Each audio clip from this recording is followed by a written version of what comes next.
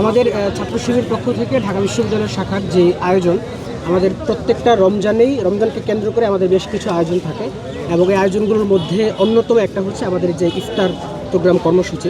এবং আপনারা দেখেছেন যে আমাদের এই প্রোগ্রামটার নাম দিয়েছে আমরা বারাকা ইফতার প্রোগ্রাম, অর্থাৎ ইফতার এবং সাহরি আসলে একটা বারাকার অংশ। আমাদের এই প্রোগ্রামের একটা প্রধান পারপাস হচ্ছে যে আমরা যে এই বারাকাটা, এটা যেন আমরা সবাই একত্রে এই বারাকাটা ভাগাভাগি করে এই বারাকায় অংশগ্রহণ করতে পারি, এটা আমাদের একটা প্রধান পারপাস। আর এর মধ্যে আরও বেশ কিছু আমাদের প্রোগ্রাম আছে। আগামীকালকে যেমন মাদুরপেটে ইফতারের প্রোগ্রামটা আছে। এর বাইরে আমাদের হচ্ছে যারা গুরুত্বপূর্ণ স্টেক হোল্ডার আছে তাদের সাথে আমাদের ইফতারের আয়োজনের বিষয়গুলো থাকে। পাশাপাশি হচ্ছে আমাদের গত বছর আমাদের প্রোডাক্টিভ রমজান নামে একটা প্রোগ্রাম হয়েছিল। রমজানকে কেন্দ্র করে এটা আমাদের আরেকটা প্রোগ্রাম আছে যেটা টিএসসিতে হবে।